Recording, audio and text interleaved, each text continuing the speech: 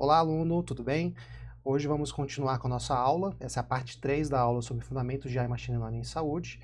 E hoje nós vamos falar sobre alguns estudos de caso em relação a algumas aplicações interessantes dessas tecnologias na saúde.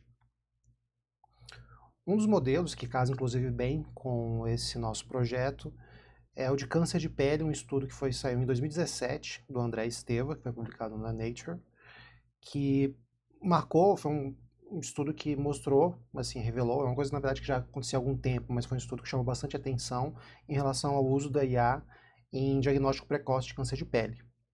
Mostrou nesse estudo que o Deep Learning ele pode ser utilizado para classificar as lesões com nível de competência comparável de dermatologistas certificados. Antigamente a gente tinha uma dúvida em relação a se seria sensível o suficiente, específico o suficiente, né, uma tecnologia do tipo, e aqui a gente conseguiu realmente testar e validar esse modelo. É extremamente relevante, até disso que surgiu esse projeto que é o DermaAlert. O câncer de pele é a neoplasia maligna mais comum em humanos, e o melanoma é sua forma mais letal, chega com uma taxa de cura que chega a 95% quando detectado precocemente. Só que infelizmente o que a gente observa é que muitos pacientes chegam numa fase muito tardia da doença, quando já tem metástase. Então a intenção é a gente evitar isso, evitar que isso aconteça. Nesse estudo do André Esteva, a equipe ela utilizou uma arquitetura de rede neural convolucional, que é a CNN, que é normalmente a mais utilizada nesse tipo de estudo. Usou o Google Inception V3, que usou nesse exemplo, né, que justamente que é a mais usada é essa da Google, mas tem outras, mas o CNN como um todo é utilizado bastante para o câncer de pele. E usou um dataset de 129.450 imagens clínicas dermatoscópicas.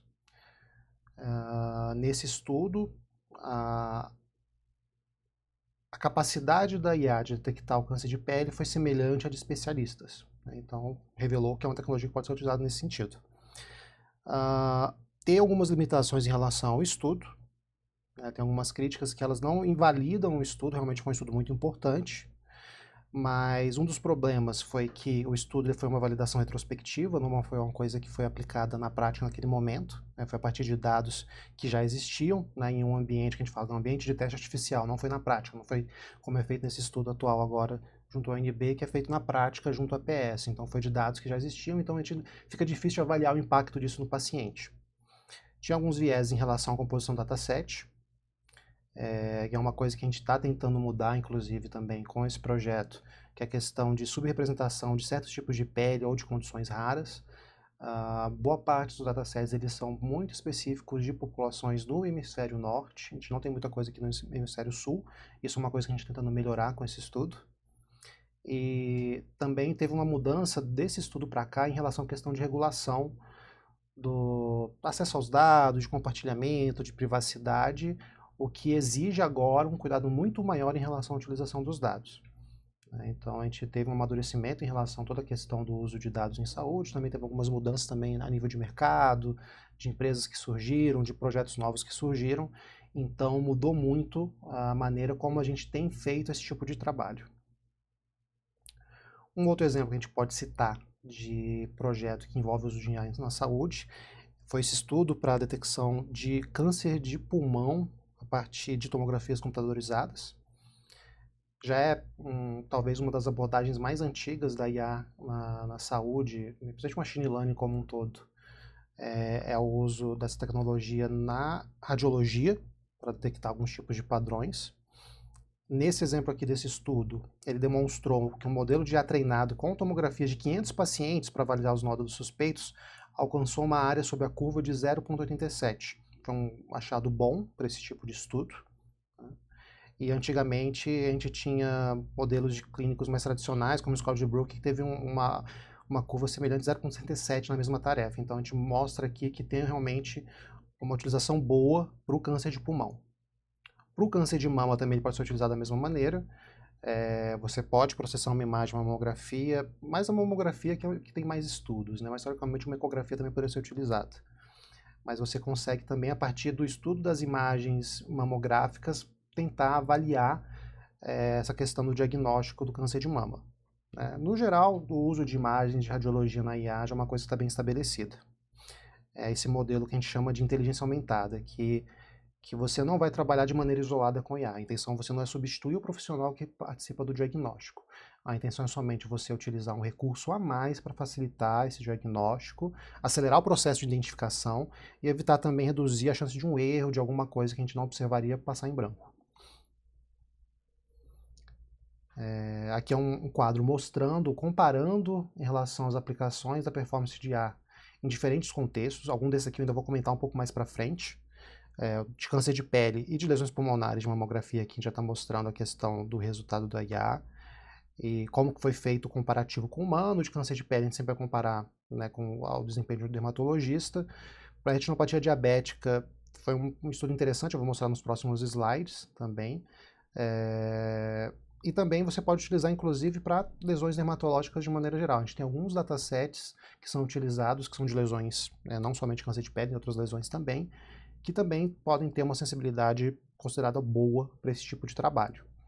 Né? E a gente pensa também que agora que a gente está numa fase que tem acelerado bastante, apesar de alguns estudos, como eu comentei, de câncer de pele já estarem rodando há muito tempo, já terem bons exemplos, com esse boom da questão da IA, que começou com os LLMs, agora a gente está tendo um investimento muito maior em relação a esse tipo de estudo, então a gente vai crescer, assim, esses tipos de estudo vão ser mais frequentes. No caso, a retinopatia diabética, inclusive, é um dos projetos que atualmente o governo federal tem financiado, não esse estudo aqui, mas tem estudos semelhantes que são financiados aqui no Brasil pelo governo federal. Ele foi que esse dispositivo, caso o IDX-DR, ele foi um dispositivo autônomo de IA que recebeu autorização da FDA norte-americana para rodar nos pacientes, que ele permite fazer o diagnóstico da retinopatia diabética sem a necessidade de um médico especialista para interpretar o exame. É uma abordagem interessante, foi interessante assim, a maneira como foi definido que isso poderia ser feito, né, sem a participação de um especialista. A vantagem desse tipo de projeto é porque existe um padrão muito específico das lesões características de retinopatia diabética, o que facilitou o uso dessa tecnologia para esse contexto. Exigiu um investimento grande da empresa responsável por esse estudo para conseguir a autorização da FDA para rodar dessa maneira, de maneira autônoma. Eles rodaram um estudo clínico prospectivo e multicêntrico com 900 pacientes com diabetes em mais de 10 centros diferentes de atenção primária nos Estados Unidos.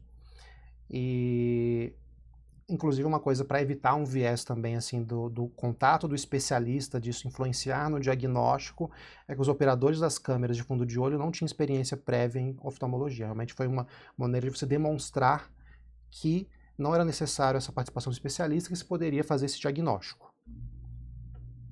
A gente teve bons resultados para esse estudo, e por isso que até que acabou sendo autorizado o uso de maneira autônoma, uma sensibilidade de 87,2% de detectar os casos de retinopatia diabética mais que leve, uma especificidade de 90,7%, né, a capacidade de identificar corretamente a ausência da retinopatia diabética, e 96,1% das imagens estavam com uma qualidade suficiente para análise. Então, o treinamento do pessoal que operava a câmera de captura das imagens e a qualidade do equipamento foi suficiente, com uma boa margem em relação ao uso da tecnologia. E mostrou, inclusive, dentro do contexto desse projeto aqui, ele mostrou que um profissional de saúde na atenção primária, como um técnico, enfermeiro ou mesmo médico, qualquer profissional, teoricamente, da atenção primária, ele pode operar um dispositivo semelhante. Né? Aqui a gente está trabalhando, no caso deste projeto, com dermatoscópio para câncer de pele, para lesões de úlceras venosas, mas aqui nesse exemplo a gente usou um equipamento até um pouco mais complexo, se a gente for pensar, que foi utilizado aqui para retinopatia diabética, e que permitiu uma automação desse processo de diagnóstico, e que a gente sabe, realmente, assim, ainda mais países tão grandes como o Brasil, os Estados Unidos e outros, você ter um tipo de equipamento, uma tecnologia que facilita esse diagnóstico inicial numa região carente de profissionais especialistas, isso tem um potencial imenso, né? Então, isso foi um estudo que abriu novas portas para estudos semelhantes. No caso da cardiologia, um estudo interessante foi o do uso do Apple Watch para tentar identificar padrões irregulares de frequência cardíaca. Foi um estudo que foi feito para fibrilação atrial, né, dentro do uso, entre usuários do Apple Watch. Ele uma FA, é um tipo de arritmia que pode ser um fator de risco importante para o AVC, né? Então a gente vai ter muitos episódios que são sintomáticos, que são paroxísticos. Então esse tipo de dispositivo, ele mostrando que o paciente está tendo FA, pode ser uma maneira de você intervir de maneira mais precoce nesse quadro de FA e assim você evitar talvez um desfecho tão ruim quanto o AVC. Foi um estudo que foi totalmente virtual, recrutou quase 420 mil pacientes, né, através do iPhone, isso em 8 meses. Ele usa um padrão de diagnóstico, de avaliação da frequência cardíaca, que é a fotopleximografia, o PPG, que é utilizado em outros padrões também de captura de imagem. Uma coisa que foi interessante desse estudo, que teve uma taxa de notificação bastante baixa, foi de apenas 0,52, porque existiu uma preocupação inicial em relação ao estudo, de que a gente teria um número imenso de falsos positivos, às vezes por diferentes contextos, né? Às vezes com a maneira a pessoa posicionou, às vezes o relógio, como ela movimentou, uma coisa do tipo, poderia acabar interferindo e causar padrões que levariam a suspeita de FA sem ser FA, então isso não aconteceu, né? Desses pacientes que receberam a notificação e depois devolveram os dados para análise, 34% tiveram uma FA confirmada e teve um valor preditivo muito bom de 84%. Quando o relógio detectou o pulso irregular, ao mesmo tempo que também teve um PET de ECG que estava comparando e avaliando, em 84% das vezes o ritmo era de fato a fibrilação atrial. Então foi um estudo que mostrou o potencial de uso de uma tecnologia, assim, um equipamento que muita gente utiliza hoje em dia, pode ser o Apple Watch, pode ser também de outra empresa também.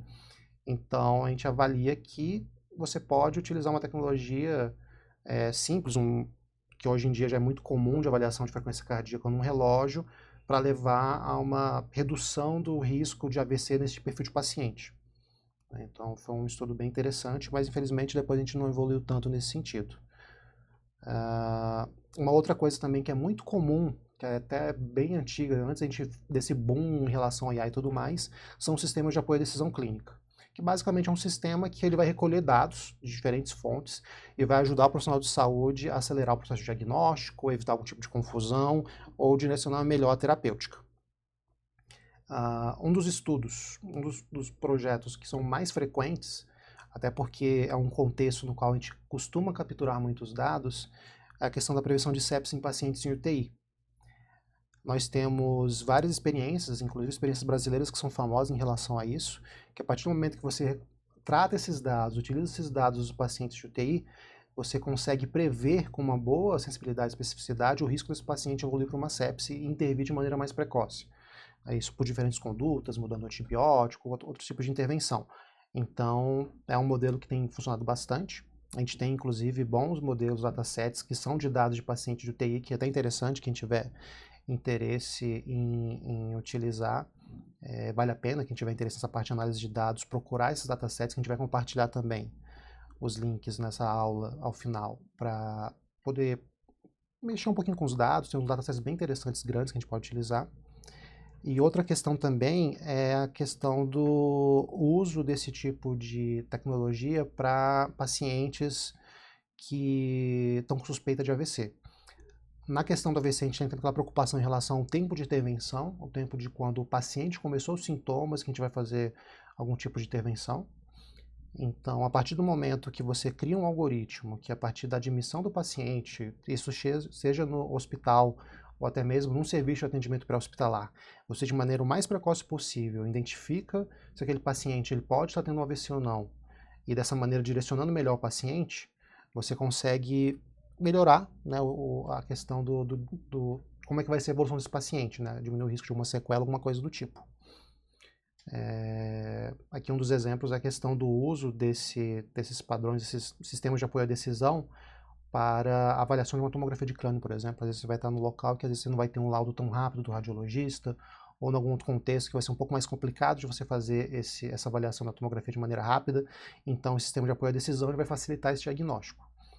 Mas isso não se limita à avaliação de uma imagem. Às vezes, só por uma questão de você ter um sistema que avalia quais são os sintomas do paciente, o histórico dele e prever o risco dele realmente estar com AVC, isso já facilita bastante. Você não precisa nem processar nenhuma imagem. Às vezes é só o acesso aos dados do prontuário do paciente ou ao relato do paciente, da equipe que foi responsável pelo atendimento. Ah, um exemplo de que nem sempre tudo dá certo em relação ao IA, mesmo até num contexto que foi um contexto mais controlado, como eu comentei antes, que foi o do uso de dados de pacientes com risco de ter sepse. Teve esse estudo do Epic Sepsis Model, que ele foi integrado a um sistema de prontuário famoso, bem utilizado nos Estados Unidos, que mostrou que o modelo tinha uma sensibilidade muito baixa, identificou apenas 7% dos pacientes com sepsis que não receberam antibiótico a tempo. E ainda ele gerou um volume massivo de alerta, de 18% de todos os pacientes hospitalizados, a maioria dos quais eram falsos positivos. Mas o que isso trouxe de aprendizado? Não foi de todo ruim, uma coisa que pode acontecer, às vezes a maneira até como você implementa esse modelo de IA dentro daqueles dados. Quais são os desafios, quais são os riscos que a gente não pode correr? Nesse caso aqui, ele não foi um modelo que foi validado e calibrado por um ambiente clínico real. Você sempre tem que pensar na maneira como os profissionais, como os serviços de saúde vão utilizar aquela tecnologia. Então, nesse contexto aqui, algo que não teve uma preocupação. Tem a questão do impacto no fluxo de trabalho humano, não importa, assim, não, você cria uma tecnologia nova, um dispositivo novo, uma coisa do tipo, que vai fugir muito da rotina do profissional de saúde, ou vai ser algo a qual ele não vai ter acesso normalmente. Você tenta colocar isso como rotina e às vezes é algo que tem um impacto muito grande no tempo de atendimento, enfim. Você sempre tem que considerar o impacto disso na rotina de trabalho profissional. Se você for incluir uma tecnologia nova ou um dispositivo novo na rotina desse profissional, você tem que fazer algum tipo de intervenção antes de incorporar isso. Essa intervenção pode ser o quê? Você melhorar o fluxo de trabalho, melhorar o tempo disponível daquele profissional para que ele possa começar a utilizar aquela tecnologia, ou então outro tipo de incentivo para ser utilizada aquela tecnologia. Enfim, você tem que fazer algum tipo de intervenção para melhorar o uso e a adoção daquela tecnologia. E uma outra coisa também que aconteceu aqui foi a questão da fadiga de alerta. Eram tantos falsos positivos que chegou a um ponto que os profissionais não estavam mais prestando atenção nas notificações, estavam ignorando. É um sistema que foi criado para, teoricamente, mostrar de maneira precoce o risco de ter sepse e eles não estavam querendo utilizar porque estava dando muito falso positivo. Foi um trabalho a mais e não estava incorporado à rotina. Né? Então, não deu certo. Uma outra questão que é muito comum em relação à questão dos do IA, que realmente até é um ponto que gera uma certa barreira em relação à adoção da tecnologia, é que muitas vezes o profissional que está utilizando a IA, por não conhecer como ela funciona, ele fica com receio de adotar uma determinada decisão ali que foi mostrada, um possível diagnóstico, porque ele não vai saber por que o sistema chegou àquela conclusão, né, que é a questão da caixa preta. Né?